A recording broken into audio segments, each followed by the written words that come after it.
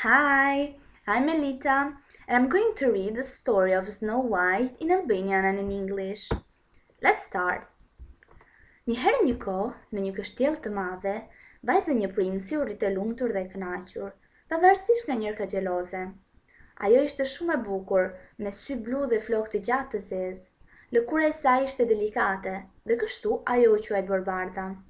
Gjithkush ishte mjaft i sigurt se ajo do të bëhej shumë e bukur. Edhe pse njërka e saj ishte një gra e keqe, edhe ajo ishte shumë e bukur. Dhe çdo ditë pyeste pasqyrën e saj magjike duke i thënë: "Pasqyrë me pasqyrë në mur, kush është vajza më e bukur në vend?" Përgjigjja ishte gjithmonë: "Ju jeni, madhëria juaj." Deri në ditën e tmerrshme kur ajo e dëgjoi të thoshte: "Borbarda është vajza më e bukur në tokë." Njërka ishte e zëmuar dhe xheloze. Filloi një komplot për të hequr qafe rivalen e saj. Thirrri njërin prej shërbëtorëve të saj të besueshëm dhe e pagoi me një shpërblim të pasur për të larguar Borbardën nga kështjella. Pastaj fshehurazi, ai do ta kishte vrarë. Shërbëtori, pas tërhoqi shpërblimin, ra dakord për të bërë këtë vepër. Ai e çoi vajzën e pafajshme pak larg. Megjithatë, kur arritën në vendin fatal, guximi i tij e braktisi, duke e lënë Borbardën ulur pranë një peme. Ai mërmëriti një justifikim dhe i vrapoi jashtë. Borbarda ishte e vetme në pyll. Nata erdhi, por shërbëtori nuk u kthye. Borbarda, vetëm në pyllin e errët, filloi të qajë me hidhërim. Ajo mendoi se mund të ndjente sy të tmerrshme duke spionuar dhe zhurmë të çuditshme që bënin zemrën e saj të rrihte më shpejt. Më në fund, duke kapërcyer lodhjen, ajo ra në gjumë në një pemë. Borbarda filloi të flinte në mënyrë të çrregullt, duke u zgjuar nga koha në kohë. Disa herë, ajo mendoi se po ndjente diçka, ose dikush po e prekte atë duke fjetur. Më në fund, në agim u zgjua në pyll për këngën e zogjve. Borbarda gjithashtu u zgjua. Vajza e vogël ishte e kënaqur të shihte se sa pa kuptim ishte frika e saj. Megjithatë, pemët ishin të trasha si një mur i rrumbullakët, dhe ajo përpoq të gjente se ku ishte. Kështu që erdhi në një rrugë. Ajo ecte përgjatë saj, me shpresë, derisa u gjet afër një vile të çuditshme, me një derë të vogël, dritare të vogla dhe një xhak të vogël. Çdo gjë tek vila ishte shumë më e vogël se sa duhet të ishte. Borbarda shtyu derën e hapur. "Kush mund të jetoj këtu?" thoshte me vete, duke përgjuar në kuzhinë. "Oh, sa pjata të vogla dhe lugë! Duhet të jenë 7 prej tyre. Tavolina është përgatitur për 7 persona." Lart ishte një dhomë gjumi me 7 shtretër. Duke u rikthyer në kuzhinë, Borbarda pati një ide. "Unë do t'i bëj atyre diçka për të ngrënë, dhe kur ata të vinë në shtëpi, do të gjej një vakt të gatshëm." Afër natës, 7 burrat e vegjël marshonin drejt shtëpisë duke kënduar. Por kur hapën derën për habin e tyre, ata gjetën një tas me supë të nxehtë në tryezë dhe tërë shtëpia pastër dritë. Lart ishte Borbarda në një gjumë të thellë. "Kush je ti?" pyeti shefi i xhuxhave. Borbarda i tregoi historinë e saj të trishtuar dhe lotët mbushën sytë e xhuxhave. Njëri prej tyre tha: "Rri këtu bashkë me ne! Hurra, hurra!" Ata brohoritën dhe filluan të vallëzonin rreth Borbardës. "Ti mund të jetosh këtu dhe të kujdesesh për shtëpinë, ndërsa ne jemi poshtë në minier. Mos u shqetëso në lidhje me njërkën tënde. Ne të duam dhe do të kujdesemi për ty." Borbarda ishte mirënjohëse për mikpritjen e tyre, dhe në mëngjesin e ardhshëm, xhuxhat u nisën për në punë. Por ata paralajmëruan Borbardën që të mos hapi derën të huajve. Ndërkohë, shërbëtori u kthye në fortesë, me zemrën e një dreri. Ai ia tha njërkës miqësore duke i thënë asaj që i përkiste Borbardës për të marrë shpërblimin. Shumë e kënaqur, njërka u kthye përsëri tek pasqyra magjike, por shpresat e saj u thyen kur pasqyra u përgjigj. "Më e lezetshme në tokë është ende Borbarda, e cila jeton në shtëpinë e 7 xhuxhave në pyll." Njërka u tërbua. Ajo duhet të vdes, bërtiti."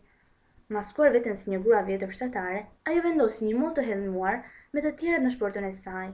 Pastaj, duke marrë rrugën e shpejtë nëpër pyje, arriti tek shtëpia e xhuxhave. Borbarda ishte në kuzhinë, kur dëgjoi një zë tek dera.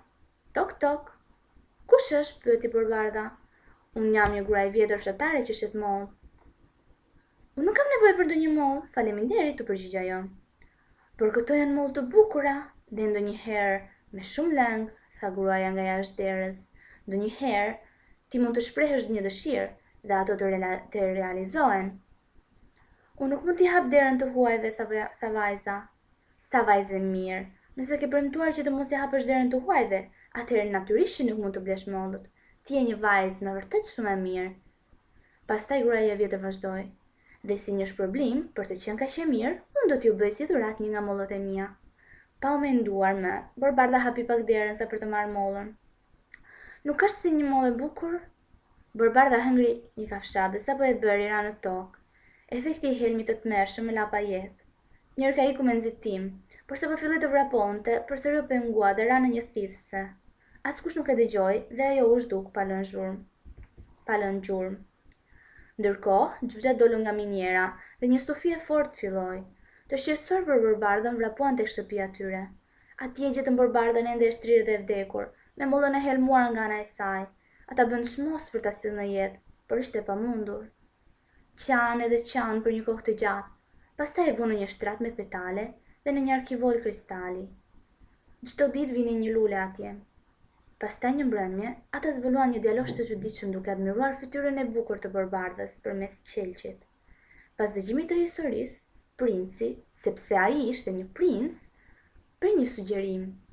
Në qoftë se ju më lejoni të marr atë në kështjellën time, unë do të thras mjekët më të famshëm që ta zgjoj nga ky gjumë i veçantë. Ajo është kaq e bukur. Unë do të doja shumë ta puthja. E puthi, dhe sikur me magji puthi e princit theu magjin. Për habinë të gjithëve, Borbarda hapi syt. Ai është rikthyer përsëri në jetë. Tani, i dashuruar, princi kërkoi Borbardës të martohej me të, dhe xhuxhat me gjysmë zemre i dhanë të mirën Borbardës, që nga ajo ditë jetuan të lumtur në një kështjellë të madhe. Por nga koha në kohë, Borbarda vizitonte edhe xhuxhat e saj. Now, I'm going to read the same story in English. I'm sorry if my English is not correct. So, once upon a time, in a great castle, a prince's daughter grew up happy and contented, in spite of a jealous stepmother. She was very pretty, with blue eyes and long black hair. Her skin was delicate and fair, and so she was called Snow White. Everyone was quite sure she would become very beautiful, though her stepmother was a wicked woman. She too was very beautiful, and the magic mirror told her this every day, whenever she asked it. Mirror, mirror on the wall, who is the loveliest lady in the land? The reply was always, You are, Your Majesty, until a dreadful day when she heard it say, Snow White is the loveliest in the land. The stepmother was furious and wild with jealousy began plotting to get rid of her rival.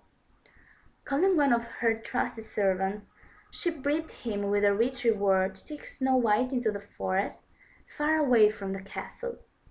Then, unseen, he was to put her to death. The greedy servant, attracted to the reward, agreed to do this deed, and he led the innocent little girl away. However, when they came to the fatal spot, the man's courage failed him, and leaving Snow White sitting beside a tree, he mumbled an excuse and ran off. Snow White was all alone in the forest. Night came, but the servant did not return. Snow White, alone in the dark forest, began to cry bitterly. She thought she could feel terrible eyes spying on her, and she heard strange sound and rustling that made her heart thump. At last, overcome by tiredness, she fell asleep, curled under a tree. Snow White slept fitfully, wakening from time to time with a start and staring into the darkness round her. Several times she thought she felt something or somebody touch her as she slept. At last, down woke the forest to the song of the birds, and Snow White too awoke. A whole world was stirring to life, and the little girl was glad to see how silly her fears had been. However, the thick trees were like a wall around her, and as she tried to find out where she was, she came upon a path. She walked along it, hopefully. On she walked till she came to a clearing. There stood a strange cottage with a tiny door, tiny windows, and a tiny chimney pot. Everything was about the cottage was much tinier than it ought to be. Snow White pushed the door open. "I wonder who lives here," she said to herself, peeping round the kitchen. "What tiny place! And spoons! There must be 7 of them. The table is laid for 7 people." Upstairs was a bedroom with 7 neat little beds. Going back to the kitchen, Snow White had an idea. "I'll make them something to eat. When when they come home, they'll be glad to find a meal ready." Towards dusk, 7 tiny men marched homewards singing. But when they opened the door, to their surprise they found a bowl of hot steaming soap on the table, and the whole house spick and span. Upstairs was Snow White, fast asleep on one of the beds. The chief dwarf prodded her gently. "Who are you?" he asked. Snow White told them her sad story, and tears sprang to the dwarf's eyes. Then one of them said, as he noisily blew his nose, "Stay here with us." "Hurrah! Hurrah!" they cheered, dancing joyfully around the little girl. "Dwarfs," said to Snow White, "you can live here and tend to the house while we're down the mine. Don't worry about your stepmother leaving you in the forest. We love you and will take care of you." Snow White gratefully accepted their hospitality, and the next morning the dwarfs set off for work. But they warned Snow White not to open the door to strangers. Meanwhile, the servant had returned to the castle with a herd of a raw deer. He gave it to the cruel stepmother, telling her it belonged to Snow White, so that he could claim the reward. Highly pleased, the stepmother turned again to the magic mirror.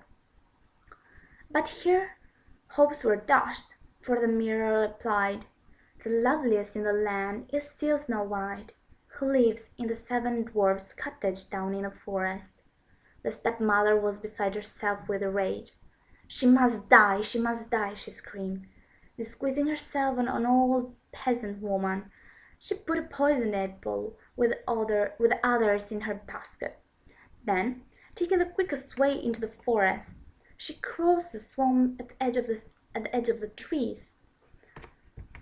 She reached the bank unseen, just as Snow White stood waving goodbye to the 7 dwarfs on their way to the mine. Snow White was in the kitchen when she heard the sound at the door. "Knock, knock." "Who's there?" she called suspiciously, remembering the dwarf's advice. "I'm an old peasant woman selling apples," came the reply. "I don't need any apples, thank you," she replied.